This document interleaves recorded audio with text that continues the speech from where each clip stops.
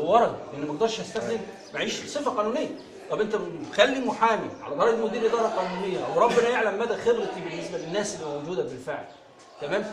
يعمل ايه من غير توكيل؟ مش دي خلصت، شال الشؤون القانونيه كلها، عمل ايه؟ الشؤون القانونيه ده اسمها ادارتين، اداره اسمها اداره المخالفات، دي خاصه بالوصلات الخلصه، فيها كام شاب صغيرين، تمام؟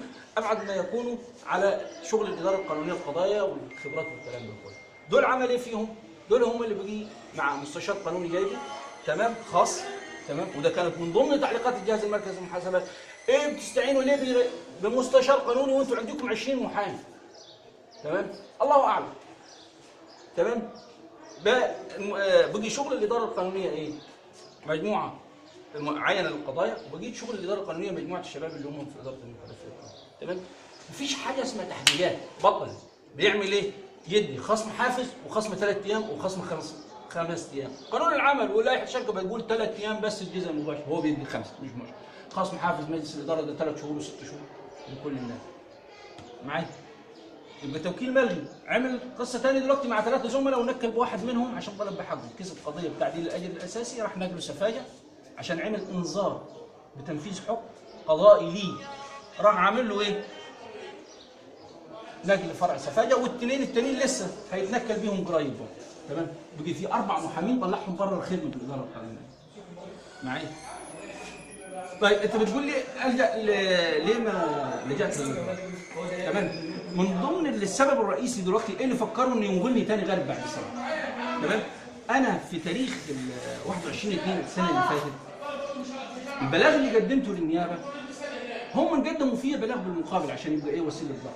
ايه البلاغ اللي اتقال فيا؟ قال اني انا استوليت على مستندات مهمه داخل الشركه. تمام؟ بس هو عنده دليل مثالي؟ ما انا هقول لك، استولى على مستندات هامه تخص الشركه. طيب يا اخوانا انتوا رايحين تعملوا بلاغ بالمستندات، لو قلتوا ايه هي المستندات ولا حددتوا ايه المستندات، ولجنه الجلد هتشتغل بعد بكره، يعني انتوا بتنجموا. قال لك لا خالد طلع من المكتب وشنط والكلام ده كله. طيب خالد نفسه هو اللي قال في المحضر اثبات حاله، انا عامل لهم محضر الساعه 9 الصبح ان المكتب يتفتح. تمام؟ هم عملوا 7 بالليل، خافوا يقولوا ايه؟ ان انا اتهمهم بحاجه. هم فتحوا المكتب بعد بلاغ النيابه طبعا ايه؟ بحجه انه يدوروا على اي حاجه.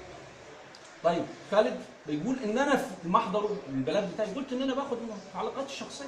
انا واحد بقالي في مكتب 3 سنين، في طاقم مكتب، في كتب، مراجع قانونيه، الكلام ده كله، وزملاء اللي معايا وراح لف المحضر قعد 8 شهور في النيابه.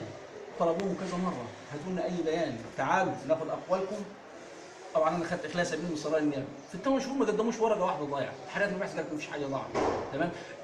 بلغوا بيا التفتيش القضائي برضو عشان ايه؟ يشوفوا ان انا استوليت على اوراق ولا لا. تمام؟ جيوا الزملاء اللي معايا حضروا قالوا ما فيش حاجه اتاخدت من المكتب، والزميل اللي حضر معايا قال انا اللي اديت شنط من المكتب وعربيته ما كانش في حاجه. الزميل الثاني هل في ال10 شهور دي اي مستند ظهر مختفي؟ قالوا لا. دي كانت قصه.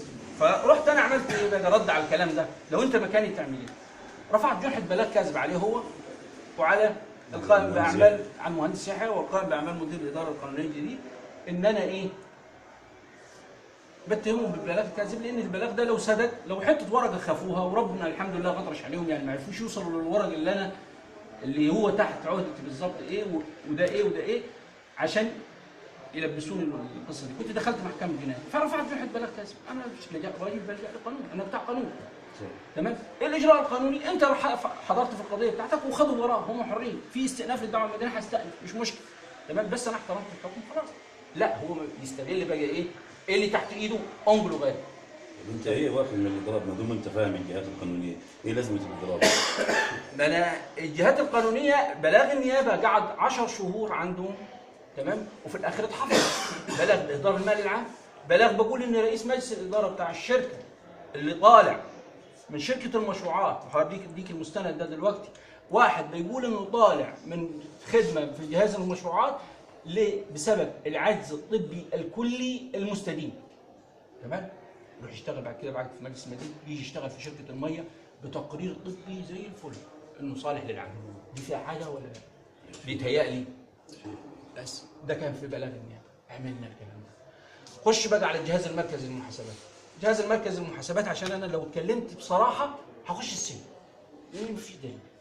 بس انا هديك صوره من تقرير رئيس جهاز المركز، تقرير مفتش الجهاز المركزي للمحاسبات اللي زمايله قالوا ان التقرير ده معيب. ايه جاي فيه؟ جاي لان في 9 شهور اتصرف نص مليون جنيه مكافآت لرؤساء المدن، مكافآت نص مليون جنيه في 9 شهور مكافآت لغير العاملين بالشركه. لغير العاملين بالشركه، لمين؟ قال في صوره مكافآت شهريه لرؤساء المدن. ليه رؤساء المدن؟ دي مبنى الكلمه المظبوطه ما تتقالش. الكلمه المجامله اني عشان ايه؟ الناس دي بتتعب مع الشركه، ما عليها. هل يحق لي؟ تمام.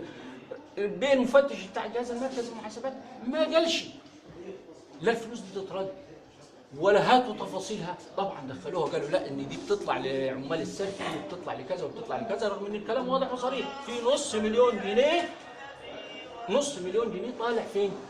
المكافآت. يخلص الجهاز المركزي للمحاسبات. الجهاز المركزي للمحاسبات ليه استراحه مكيفه عنده. تمام. رفعوا لهم بدل السفر والانتقال بطريقه غير عاديه. يعني ايه الجهاز المركزي للمحاسبات يجي طيران على حساب الشركه؟ يعني ايه الجهاز المركزي للمحاسبات يروح ياخد في ستارفيش؟